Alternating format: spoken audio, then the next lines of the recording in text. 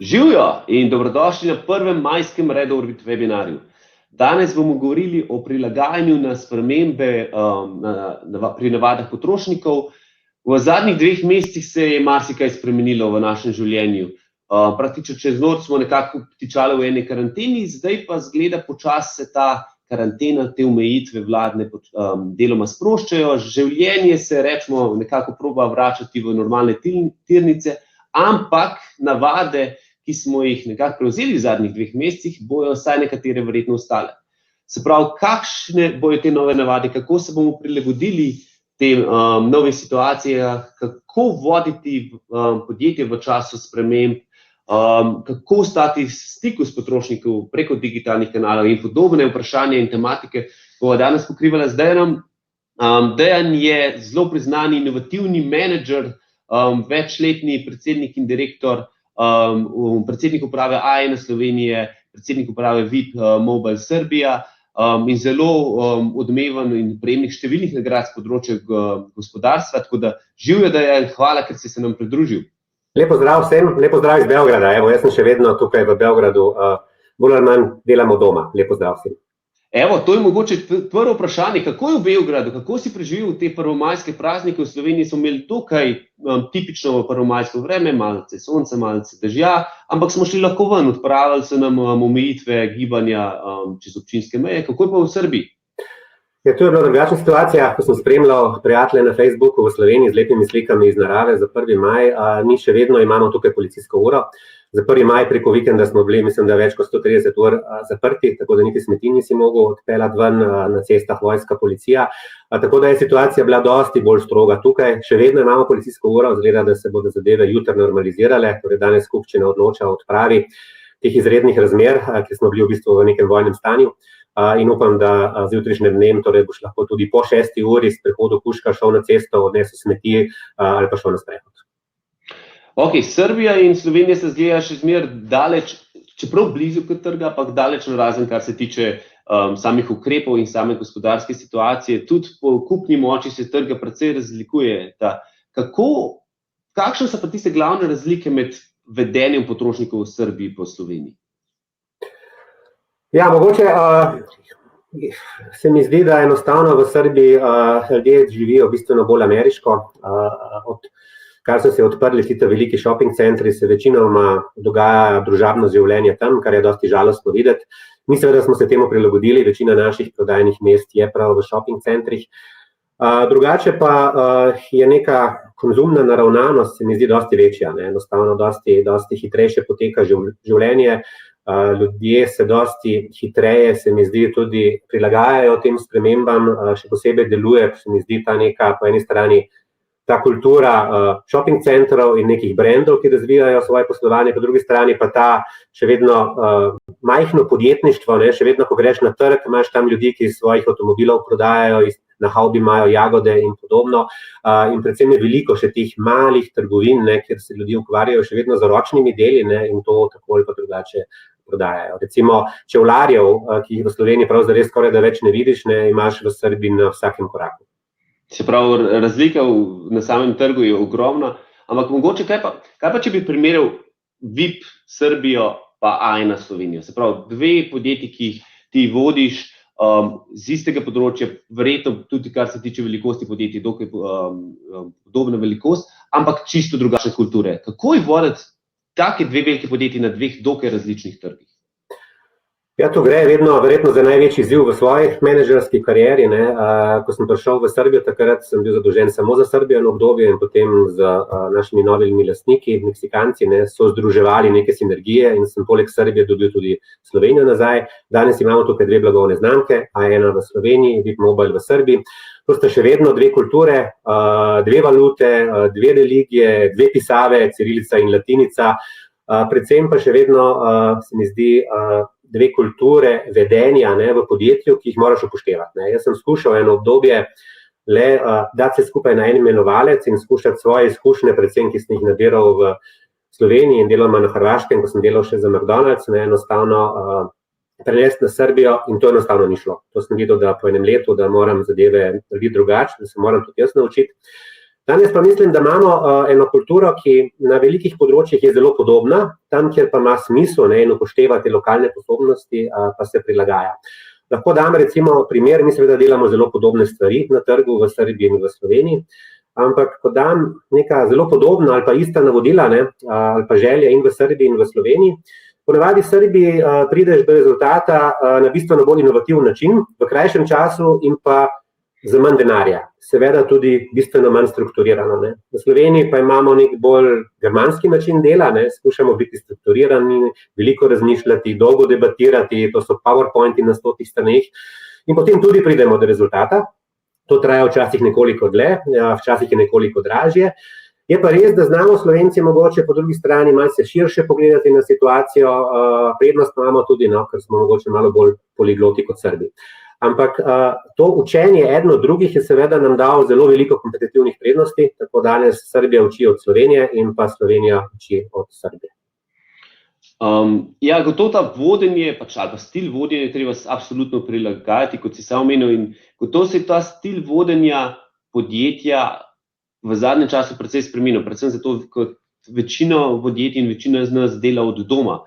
No, mogoče pri tebi malenkost drugače, ker ti si že pred to karanteno bil precej remote, v smislu na 2 lokacijah podjetja, ti živiš v Beogradu. Kako, in iz tega mogoče kakšen nasvet lahko tudi z nami deliš, kako na remote voditi ekipo, kako ostati povezan? Ti zelo prisegaš na te odlične odnose znotraj svojih ekip, veliko daš na to, da so povezani ljudje v podjetju. Kako ohraniti to povezanost in kako razvijati medsebojne odnose, kljub temu, da nismo skupaj v enem prostoru?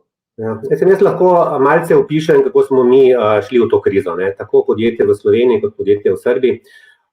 Moja ekipa, leadership team, to je 6 ljudi, polovica Srbov, polovica Slovencev, ki skrbi za operativo v obeh državah.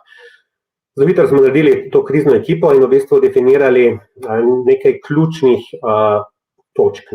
Prva točka je, da absolutno v tej krizi, tako vedno, damo ljudi na prvo mesto. Damo ljudi pred profitom in to smo jasno komunicirali, sedaj je pomembna vaša varnost in to dajemo na prvo mesto. Potem seveda moraš dati ljudem neko sigurnost, skušali smo in le dosti hitro preko, mi imamo interne online kanale, interni Facebook, Workplace ga imenujemo, kjer smo dnevno bili prisotni z predvsem videosporočili. Jaz sem še vedno takrat v tistih prvih dneh krize obiskoval naše skladišče, naše trgovine, ki so v Srbiji na srečo ostale odprte, našo ekipo IT-ja, ki je pripravljalo 200-300 računalnikov za delo od doma in enostavno smo skušali neko vizijo ljudem pokazati, kako bomo krizo prebrodili, da smo da vemo, kaj delamo in da jim pokažemo neko svetlobo na koncu tunela. To se mi zdi bilo ključno. Tretja stvar je bil to, da mi smo dejansko zelo veliko že počeli zadnja leta na tako imenovanem empowermentu, da enostavno potiskamo odločitve v naši organizaciji čim bolj dol, da skušamo čim manj birokratizirati same odločitve in da dejansko so naši ljudje na ključnih položajih takoj odgovorni, da lahko sprejemajo določene odločitve. In to se nam je tukaj zelo obrestovalo, da ni bilo potrebno enostavno spreminjati te sisteme odločanja pretirano, da smo lahko bili še vedno hitri in pa agilni. In tretje, oziroma četrto, da enostavno dejansko potegnemo ven svoje emocije, tisto, kar nas dela ljudi in da pokažemo našim ljudem z emocijami, da smo tukaj. Preko sem malo klepetala, dal sem ti en primer, kaj smo naredili. Celoten leadership team se je javil recimo preko online celotnemu podjetju, torej v Srbiji 1500 ljudem, neko nedeljsko popoldne, ko smo bili vsi zaklenjeni in nismo mogli ven in bili smo zatečeni v nekih domačih opravilih. Jaz sem na primer likal z likalnikom in istočasno razlagal ekipi, spraševali smo se, kako nam je v teh dneh, enostavno delili usodo z vsemi našimi kolegi in seveda potem jim dali tudi vizijo, kaj se dogaja, kako naprej in kako bomo z te krize. Zadnja najbolj pomembna stvar, in kaj sem vedno ponavljal, če hočemo premagati virus, moramo biti hitrejši od virusa. Ponavadi sem to vedno govoril, če hočemo premagati konkurenco, moramo biti hitrejši od konkurenca. Tokrat smo imeli torej 2 nasprotnika, konkurenca ostaja in pa virus. In se mi zdi, to je bil en tak komunikacijski miks, ki je bil na koncu zelo uspešen in z vidika leadershipa in z vidika seveda zaupanja ki smo ga že prej leta gradili in zdaj smo prav iz tega zaupanja lahko črpali. Ja, in kolikor jaz spremljam, pa vsaj A1 v Sloveniji, ste kar v tem času virusa oziroma karantene lansirali kar nekaj inovativnih zadev, ampak preden greva na to tematiko, bi jaz odprl eno malo bolj mogoče provokativno temo, ki sva že zadnjič debatirala. Se pravi, na eno od prejšnjih webinarjev smo na hitro oplazili temo ali pa temo imunskega potnega lista. In sicer ideja, ali bomo res imeli imunski potni list, s kateri bomo lahko potovali naokoli, zdi se absurdna, zelo kontroverzna razmišljanje, ampak na koncu, kaj se je zgodilo? Konec aprila, če sem malo v medijih, smo zasledili, da mislim, da v Čilu, v Peruju, nekje v Južni Ameriki, vlada dejansko je napovedala, da bojo uvedli imunski potni list. Kaj se tukaj dogaja? Ja, tukaj tema je zanimiva, po drugi strani je tudi strašljiva. Jaz imam tu zelo jasno mnenje, se mi zdi, da enostavno mi smo imeli čase, ko smo bili obeleženi, tako so ljudje nosili včasih na svojih ramenih ali pa na telesu neke znake, ki so jim določene stvari dovoljevali ali prepovedali. Jaz mislim, da tu so predvsem naše človeške pravice, za katere smo se dolgo borili tukaj izpostavljene. In jaz mislim konkretno, da ni vlada tista, ki bi moje osebno zdravje morala zaščititi. Ona naj zaščiti enostavno pravice, ki jih imamo vsi. Moje delo je pa, da zaščiti moje zdravje z vedenjem, ki bo čim bolj zdravo. Ker mislim, da če bomo pristali na to kot družba in kot posamezniki, da bomo enostavno neko varnost zamenjali za določene za pravice, ki smo jih pridobili, potem bomo na koncu izgubili oboje. Toliko o tej temi. Jaz upam, da do tega ne bo prišlo in da bom lahko potoval med Srbijo in med Slovenijo brez kakršnihkoli potrdil, dokumentov in podobno. Ja, tudi jaz. To bi bilo res groza, da to se uvede. Mislim, v Evropi mogoče malo odstopamo od tega, ampak veliko govore po Evropi v mobilnih aplikacijah za sledenje uporabnikov. V Aziji so se strašno razširile, na začetku so delovale, kazalo je, da deluje izredno dobro, zadnje informacije iz Singapurja je, da ne deluje tako dobro, da je dejansko uporaba teh aplikacij dosti nizka. V zadnjih 2 tednih je ogromno govora o teh aplikacijah, tudi po evropskih različnih državah. Nemčija je imela plan to uvesti, pa so zelo hitro se javnost obrnila proti njim in so pod pritiski javnosti nekako se ustavili in nehali to delati. Ampak v Sloveniji še zmeraj, mislim, da ravno prejšnji teden je vlada govorila, da bi nekako razvili to aplikacijo, ki bi sledila, kje smo bili, s kom smo se družili in nekako opozarjali, če smo bili v stiku ali v bližini okužene osebe. Kakšno je vaše mnenje glede tega? Ja, mislim, tukaj seveda mi smo v centru dogajanja okoli aplikacij, mi aplikacije razvijamo, od tega živimo in naši uporabniki to uporabljajo. Pri konkretno teh aplikacijah sem jaz osebno in tudi mi kot podjetje zelo zadržani, ker zopet govorimo tukaj o GDPR-u, govorimo tukaj o določenih svoboščinah in pa predvsem o dobrobiti samega posameznika. Tukaj na vso srečo mislim, da je naša vlada te ideje zaenkrat zavrgla, da bi to bila neka celo obvezujoča aplikacija, ki bi na način sledila tvojemu gibanju in potem tudi preko Bluetootha tvojim kontaktom. Zaenkrat mislim, da so razmišljanja zastala in da če že bodo mogoče razmišljali o neki prostovoljni aplikaciji, kaj verjetno tudi ne bi bila prava pot. Jaz bi pa rad izpostavil, da že obstajajo tehnološke rešitve, ki omogočajo analize gibanja uporabnikov. In te analize so anonimizirane, in pa agregirane tako, da je nemogoče identificirati posameznike. Mi imamo tako storitev, imenujemo jo Mobility Insight, recimo do zdaj smo jo nudili shopping centrom za analizo gibanja, določenim podjetjem oziroma bankam, ki postaviti bankomate ali pa svoje poslovalnice in podobno. Mi smo seveda tudi nadgradili to platformo v teh dneh, kjer smo po eni strani lahko spremljali podatke za nazaj in torej videli, kako so se ljudje gibali v situaciji popolnega lockdowna v Srbiji oziroma omejitve gibanja v Sloveniji. In tu smo videli, da je dejansko tega gibanja bilo tudi do 80% manj v Srbiji in do 50% manj v Sloveniji. Smo pa naredili nekaj drugega, z pomočjo umetne inteligence smo to nadgradili, da smo danes v situaciji, da lahko z 80% natančnostjo napovedamo določena zarišča potencialnih nekih okužb za naslednjih nekaj dni vnaprej. In to je, se mi zdi, storitev, ki je lahko zelo zanimiva. Ta storitev lahko tudi pride v upoštev, ne vem, za predvidevanje določenih migracij in tako naprej. Tako da jaz prej zagovarjam storitve, kot so to, ki so dejansko anonimizirane in dajo celotno možnosti GDPR-ja, kjer dejansko je nemogoče slediti ljudem, posameznikom, ampak bolj zaključenim skupinam. Tako je, to je tudi v skladu z evropsko pravo, osebna pravica do zasebnosti, GDPR in podobno, vse, kar si omenil, in anonimizirani podatki super, uporabimo tehnologijo, uporabimo podatke za to, da lahko recimo se bojujemo proti virusu, ampak na drugi strani pa če pa te vlada ali nekdo, itak te ne sme v Evropi prisiliti v uporabo aplikacije, pa govorimo o enem velikem bratu. In nekaj podobnega se je zgodilo v Srbiji, pa spet mogoče glede na to, da ti tam živiš, vpliv Kitajske v Srbiji je gotovo eden največjih v Evropi. Huawei je praktično postavil v Beogradu svojega poskusnega zajčka, 1000 kamer, ki po mestu nadzoruje vse od prometa do gibanja, obraze ljudi, kako se obnašate, je vaše obnašanje sumljivo. Ampak ti kot prebivalec Beograda, kako ti gledaš na to, da te praktično na vsakem koraku nekdo snema in opazuje?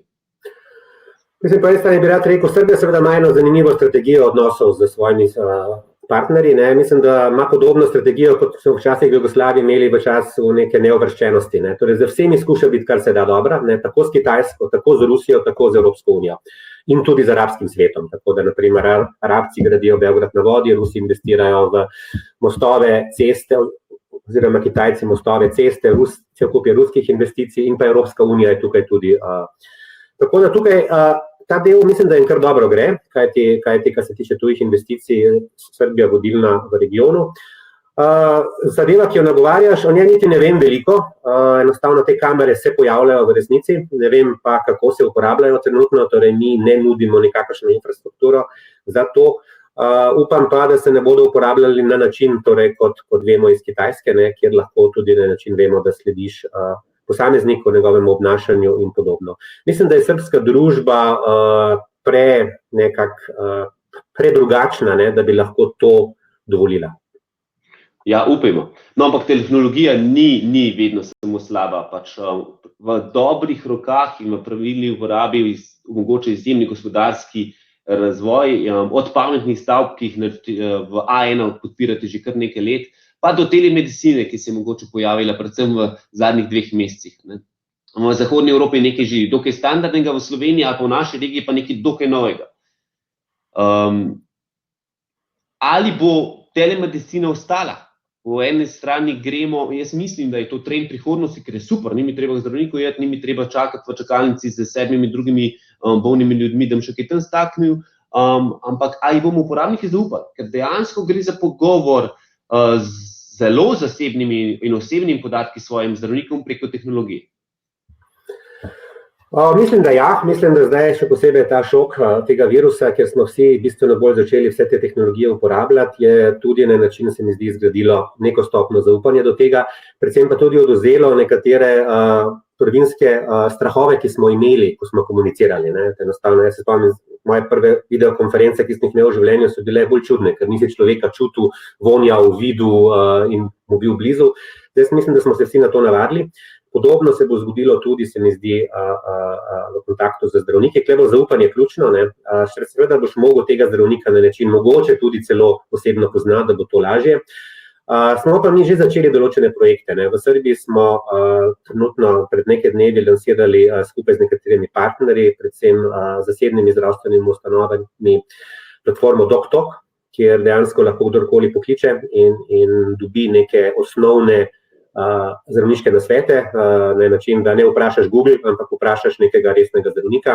V Sloveniji smo tudi že pred, mislim, da 1,5 leta začeli z nekim online poskusom, ki ni pač bil preko videa, ampak tudi imel možnost interakcije z nekimi resnimi zdravniki.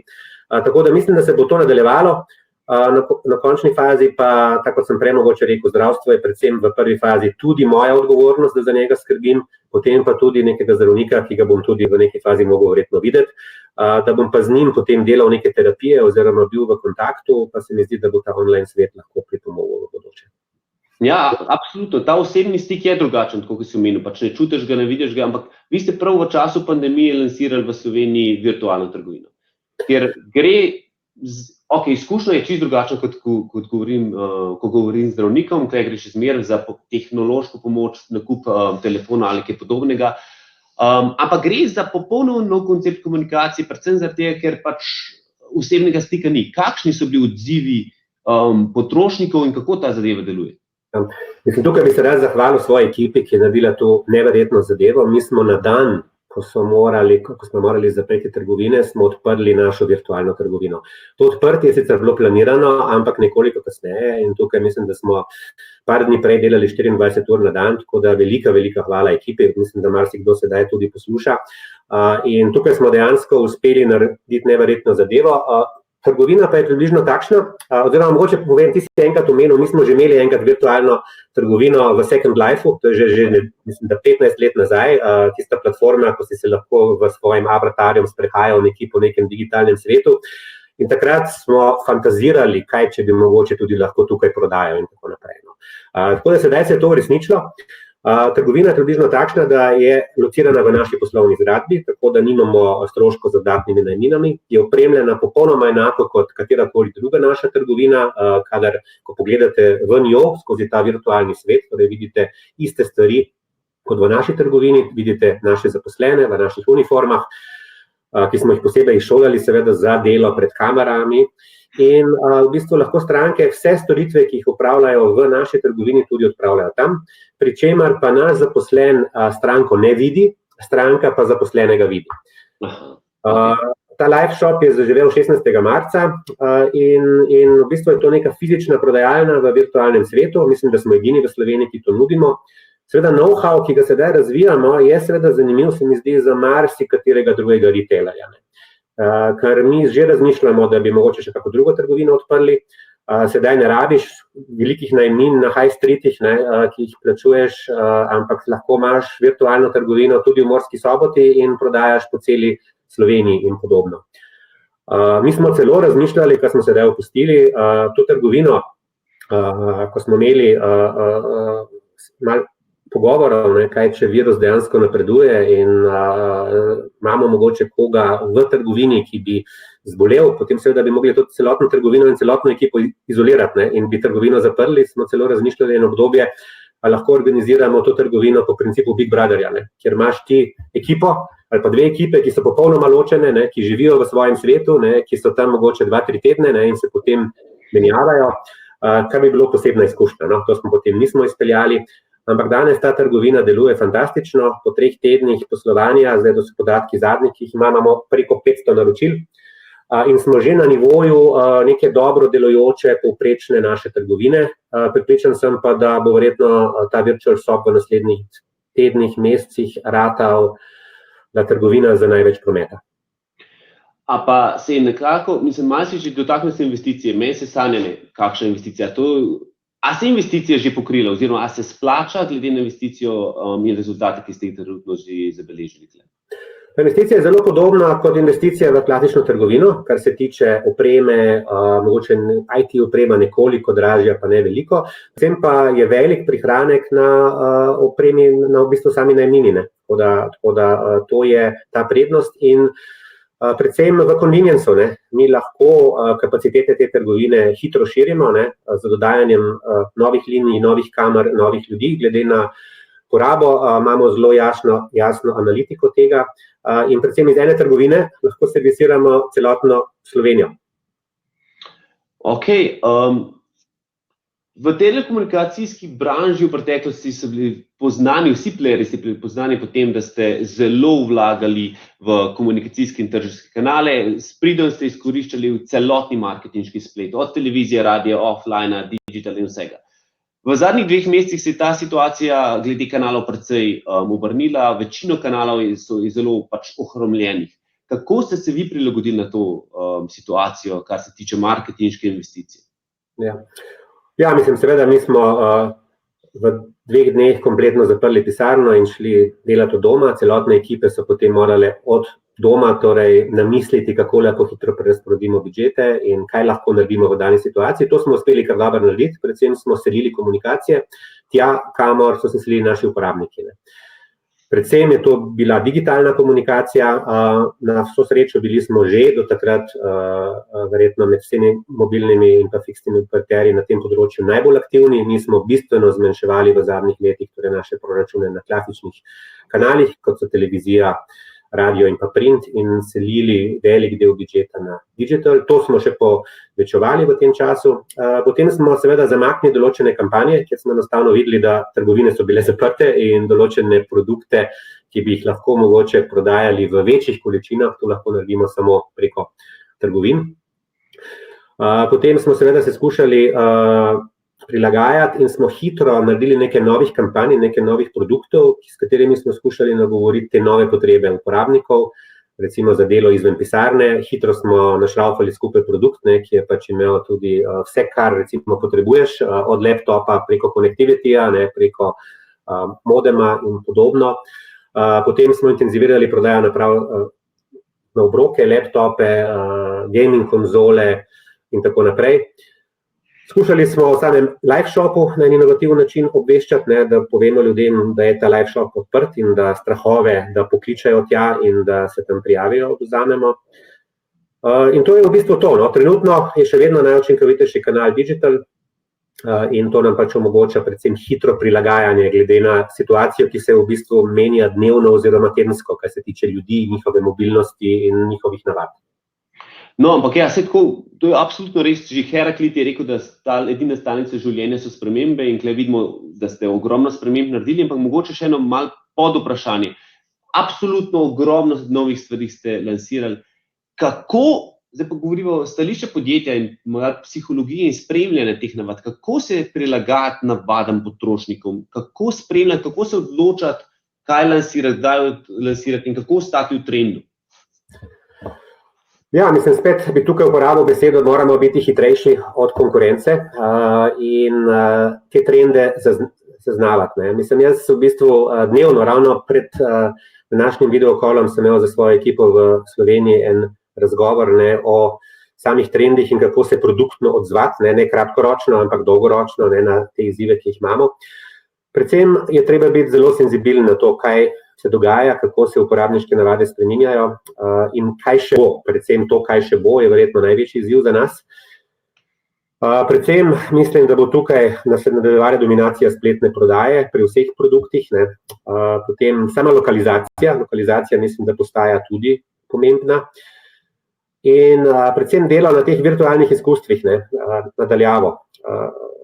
Ko razmišljamo, torej, kako enostavno skozi tehnologijo in vemo, da prihajajo nove tehnologije od virtualne realnosti, hologramskih tehnologij, ki se zdaj zdijo zelo daleč stran, ampak v naslednjih letih se bodo pojavile, kako v bistvu ta experience narediti še bolj močen.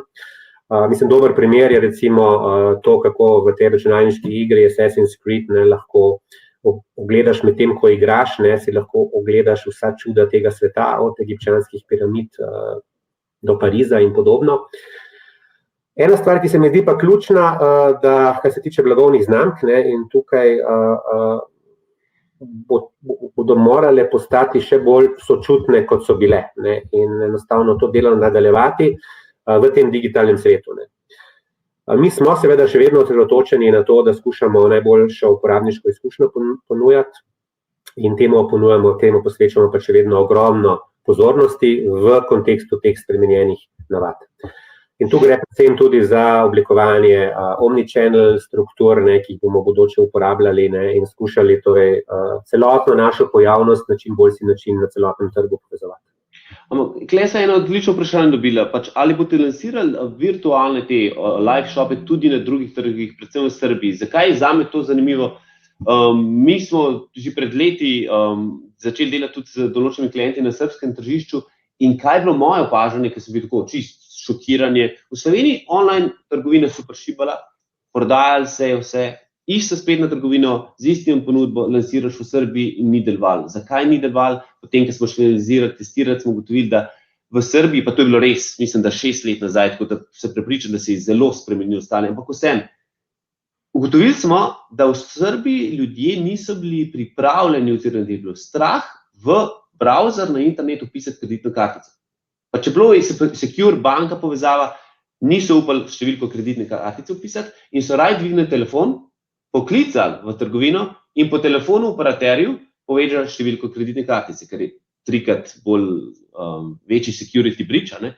Ampak hoče reči navade ali pa ta strahovi, mogoče tudi nekak adaptacija na internet. Srbije 5 let nazaj proti Sloveniji takrat je bila čisto drugačna. Kako je zdaj v Srbiji in ali je ta, tako kot vprašanje Matjaž sprašuje, ali boste odpirali online trgovine tudi v Srbiji? Ja, to odgovor je ja. Mislim, mi smo tudi to znanje delimo znotraj grupe, tako da imamo že nekatere online trgovine tudi v nekaterih naših drugih operacijah postavljenih. V Srbiji se pripravljamo na to. Ravno včeraj sem bil na obisku v tej naši nastajajoči online trgovini tukaj na našem headquarteru v Beogradu, ki jo nameravamo odpreti v naslednjem tednu. Tako da smo tukaj pripravljeni. Ja, kar se tiče navad, so še zelo drugačne. Recimo penetracija kreditnih kartic je tukaj vsaj 3-krat manjša kot v Sloveniji, izpod 20%. Ljudje še vedno večinoma plačujejo v gotovini, večino računov še vedno plačujejo v naših trgovinah, kar je seveda zdaj svojvrstni izziv, ljudje so bili zaprti doma in seveda je bilo težko iti do banke, do naše trgovine in plačati račun, tako da s tem se sedaj spopadamo. Drugače pa ja, jaz mislim, to zaupanje, ki se ga prej omenil, nimajo zaupanja mogoče v nek browser, kamor vtipkajo, malo pa zaupanje v človeka na drugi strani. In to je zopet moč blagovne znamke in moč mogoče neke online trgovine, kjer boš ti tega človeka ne samo slišal, ampak tudi videl. In Srbija je pač zelo družabna, moje izkušnje, recimo čisto operativne, v Sloveniji redko kakšen posel še narediš v kafani ali pa v gostilni. V Srbiji skoraj nobenega posla ni, ki ga ne bi tako ali pa drugače mogel zaključiti v kafani. Tako da tukaj je ta družbeni del in ta nekak skin del še vedno bistveno bolj izrazit. No, in to je super istočnica, mogoče se naslednje moje vprašanje, ki se pa malo navezuje na IoT, se pravi Internet of Things. Razmah tega imamo, smart houses, pametni dom in ne vem kaj še vse drugega. Predvsem z razvojem tega in z razvojem zmogljivosti računalnikov, predvsem tukaj mislim modelava podatkov, umetna inteligenca, vse več govorimo tudi v avtomatizaciji procesa. Kakšno je vaše mnenje o tem, ali je avtomatizacija priložnost ali grožnja? Predvsem mogoče grožnja zaposlitvam. Ja, mogoče najprej lahko povem, kakšna je situacija pri nas. Mi seveda intenzivno delamo na tem, torej imamo nekaj izkušenj v robotizaciji, torej v začetku z uporabo botov.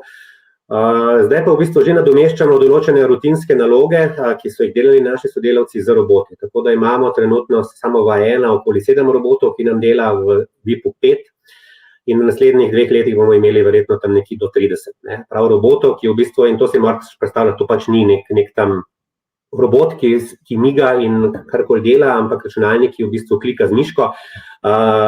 Pri aktivaciji recimo vsake posamezne stranke, zaenkrat je naš človek mogoče to delal 10 do 15 minut, da je priklikal vse, vnesel, kar je bilo potrebno, robot to naredi v manj kot 3 minutah. In tukaj smo seveda pridobili in na uporabniški izkušnji in na učinkovitosti.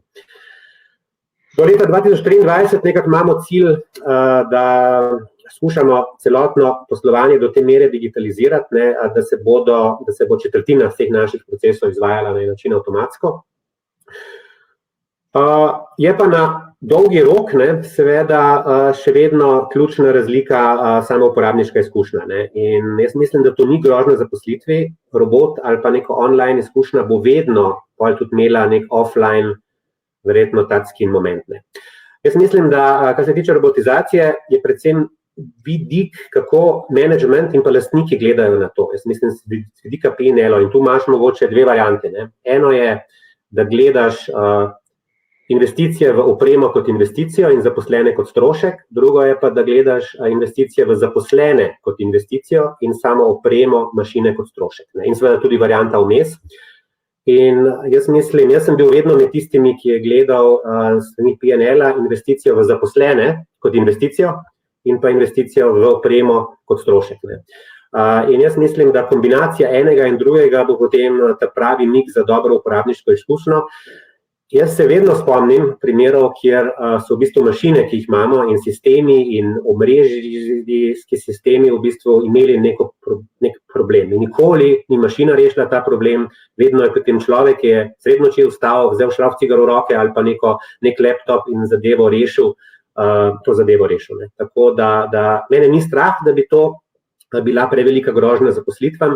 Je pa res, da se moramo mi vsi, vključno z mano, vključno z vsakim mojim sodelavcem, spreminjati, prilagajati, izobraževati in nekako iskati neke nove priložnosti, ki nas bodo notranje izpolnjevale in v bistvu dale tudi neko dodatno vrednost podjetjem, kjer delamo. Tukaj ste dobili še eno zanimivo vprašanje, ki se malo navezuje na to spremembe 5G. Aktualna tema že dlje časa v Evropi, v Sloveniji, groza, kaj se dogaja, vsi pravijo. Imamo dva tabora, pa ne bomo zdaj v tem, kaj 5G je, zakaj ga rabimo, kje vidite največ potenciala pri oblikovanju prepositionov za 5G? Ja, mogoče v enem stavku lahko odgovorim na to. Jaz tudi spremljam to, kar je včasih bilo bolj na obrobju, zdaj postaja mainstream in Facebook včasih prav pretirava z povezovanjem. Jaz ponavadi dam tu prijateljem, ki me seveda tudi vprašajo, znancem, poslovnim partnerjem, eno zelo jasno razlago. V bistvu 5G, ki v taki obliki, kot ga mi operaterji želimo uporabiti, ki je tudi najbolj uporaben, v bistvu bo deloval na frekvencah, ki smo jih 50 let uporabljali za televizijo. Te frekvence s tem, ko je v bistvu vse šlo na multiplex in je televizija ni več dosegljiva preko onih klasičnih anten, ki smo jih imeli, sedaj so te frekvence na voljo in del te frekvence bi se naj tudi uporabljal za 5G. Kaj se tiče povezav s COVID-om, najbolj jasen argument, Južna Koreja, ki je v bistvu ima vsaj 4 leta omrežje 5G, najboljše obvladuje to epidemijo in mislim, da ima najmanj aktivnih primerov in tudi mrtvih. Tako da teh povezav pravzaprav ni. Kaj pa 5G je? Torej, predvsem je to neko nadaljevanje, neka normalna evolucija nekega mobilnega dela, ki se je začel z 2G, 3G in 4G. Mi še vedno zaenkrat servisiramo vse potrebe za 4G. Mislim, da to epidemijo, moram reči, da mi smo investirali v enem mesecu vse nadgradnje, ki smo jih želeli upravljati v toku enega leta, da lahko spremljamo spremenjene navade potrošnikov po konzumaciji date in pa tudi Voice-a smo v bistvu v enem mesecu mogli narediti. Tako da v enem mesecu so Slovenci in pa tudi Srbi začeli naše omrežje uporabljati toliko, kot smo planirali konec leta.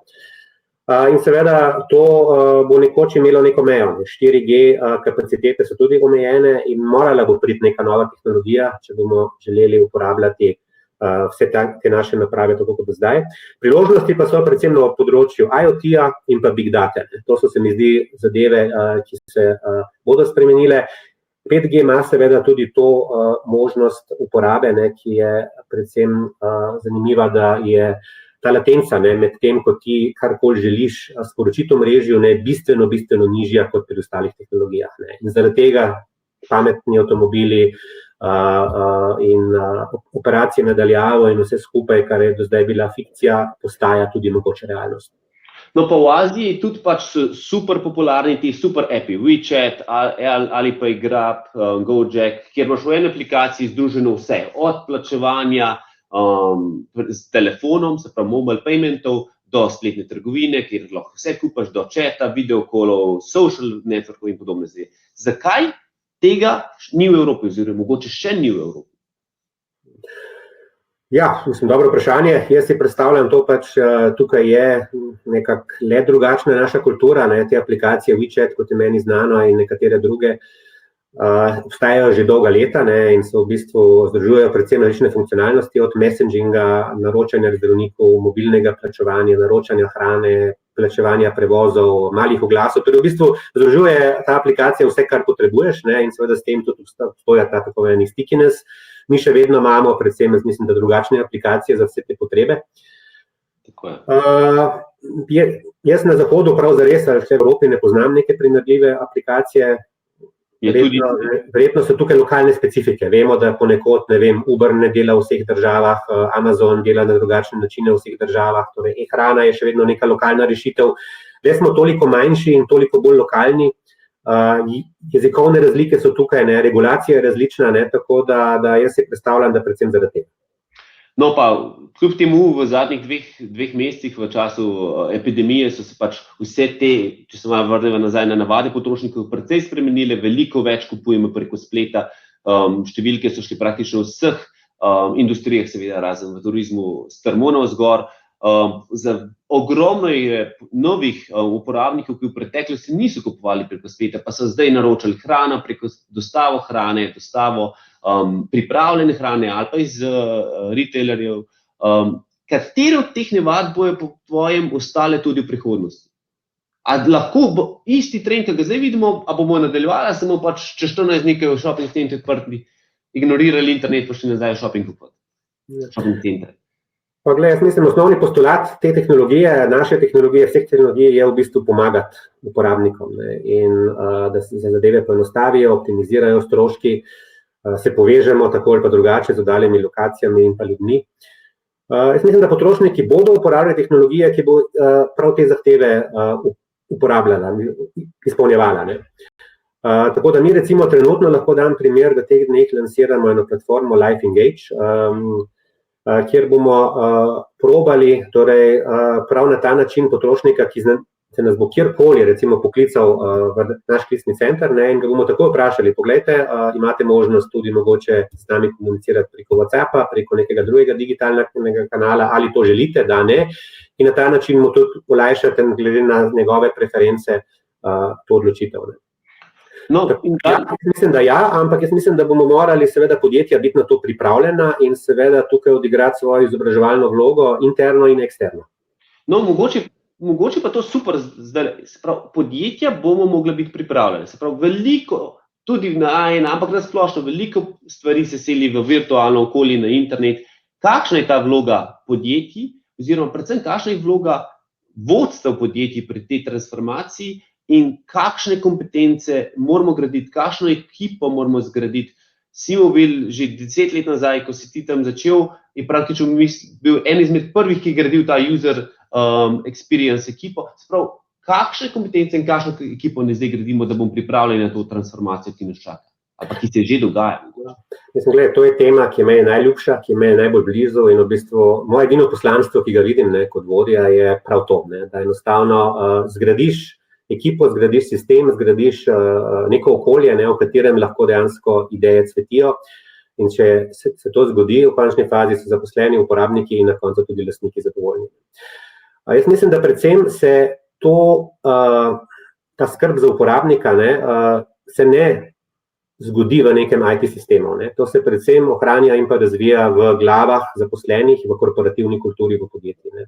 In to se z prehodom selitve na digitalne medije nikakor ne bo spremenilo, samo še bolj intenziviralo, ne. Kako lahko na načine, kjer bomo delali v bodoče, ki bodo bolj remote, ki bodo bolj online, ki bodo ne tako bližnji, ne, skupaj, kako bomo lahko to kulturo še razvijali, ne. Mislim, jaz imam navado enostavno vsak teden obiskati vsak dan kakšno naše prodajno mesto in mesto konkurence, ne. Zdaj vprašanje, ne, če mi bo to uspelo še naprej, kako bom lahko bil v stiku z našo ekipo, ne, da bom enostavno jih motiviral in nekako dal neke ideje. Tako da mislim, da še vedno bo ostalo to, ne, da boš mogel graditi korporativno kulturo in tu se bomo mogli vodje nadalje razvijati, izobraževati, ne, kako to narediti v teh nekih novih razmerah. Super, jaz mislim, da je to bil super zaključek najnega pogovora. V petek nas čaka naslednji webinar, kjer bomo govorili v aktualnih trendih v spletnem oglaševanju. Z nami bosta dva strokovnjaka iz Googla in iz LinkedIna, da si pogledamo, kaj se tam dogaja, kaj gre gor, kaj deluje in kaj ne deluje. Na desni strani imate že objavljeno link do prijave na ta webinar. Dejan, te pa še enkrat hvala, ker si se udeležil, vzel čas v teh kaotičnih razmerah. Upam, da bo v Srbiji v Beogradu kmalu konec policijske ure in da se kmalu spet vidimo tudi v živo. Hvala, ker ste bili. Lep pozdrav vsem, hvala, da ste bili z nami, upam, da ste bila zanimiva. Živjo v Slovenijo. Hvala, čau.